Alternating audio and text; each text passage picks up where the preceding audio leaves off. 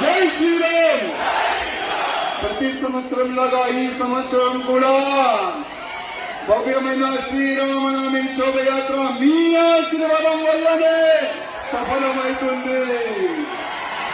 మీరు లేకపోతే ఈ కార్యక్రమం లేదు తమ్ముళ్ళారా. మీరు లేకపోతే మన హిందూ సమాజం తెలంగాణలో సేఫ్ కూడా ఉండే తమ్ముళ్ళారా. ఇవాళ మన భారతదేశం ఫుడ్ తిని మన భారతదేశంలో ఉండి ఓవైసీ ఎట్లాంటి దొంగలు భారత మాత జై చెప్పడానికి ఇవాళ ఆలోచన చేస్తున్నారు. ఆ ఓవైసీ ఎట్లాంటి గుండెలు మన భారతదేశంలో ఉండి వందే మాత్రం పాట పాడడానికి సిగ్గుపడుతున్నారు.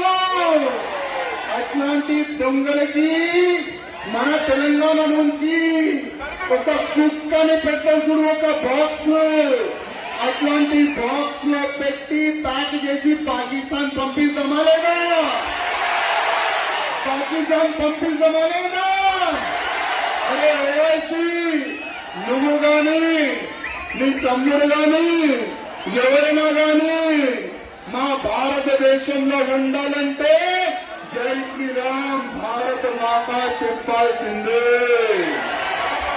అరే ఓవైసీ, నా భారతదేశంలో ఉండి నేను యుద్ధం చేస్తా, నేను ఆ పీక్తా ఈ పీక్తా చెప్తున్నావు కదా, అసలు నువ్వేం చెయ్యలేవు. అసలు నువ్వేం చెయ్యలేవు. ఎందుకంటే నెక్స్ట్ గవర్నమెంట్ వచ్చేది కాషాయ గవర్నమెంట్ తెలంగాణలో. మా కాషాయ గవర్నమెంట్ తెలంగాణలో వచ్చిన తర్వాత నీ పరిస్థితి ఏమైతుంది యాదు పెట్టుకో బిడ్డ. నీ పరిస్థితి ఏమైతుంది యాదు పెట్టుకో.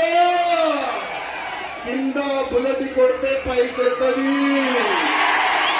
కానీ దురదృష్టం ఏంటంటే శత్రు మనకు కనబడుతుండు. ఓవైసీ వైట్ టోపీ పెట్టుకొని శత్రువు మనకు కనబడుతుండు. కానీ మన ఇంకా ఉన్న శత్రువు మనకు కనబడతలేదు తమ్ముళ్ళారా.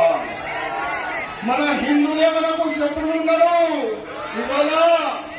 ఇవాళ మన భారతదేశానికి హిందూ రాష్ట్రం చేద్దామా లేదా? చేద్దామా లేదా?